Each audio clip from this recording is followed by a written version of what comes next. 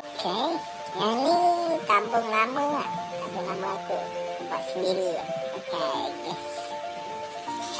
Tong gas apa? Ikonnya dengan PS ni. Aku siap pintu dengan lock dia lah. Tapi masalahnya aku tak boleh nak tahu berapa nilai kat dalam ni. Jadi aku beli. Sekarang ni aku nak test. Okay, contoh aku nak masukkan sposen. Sposen baru. Masukkan. Betul tak aku baca? Okay, betul sposen. Okay, 50% lama. Okay.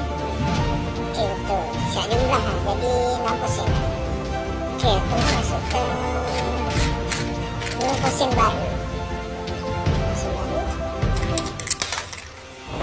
Oh, betul juga. Kira 5% juga. Kita test pula 5% baru.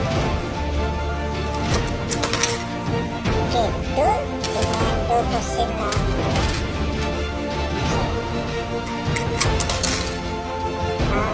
Okay, setiap kali korang masuk, dia akan bagi tahu jumlah waktu.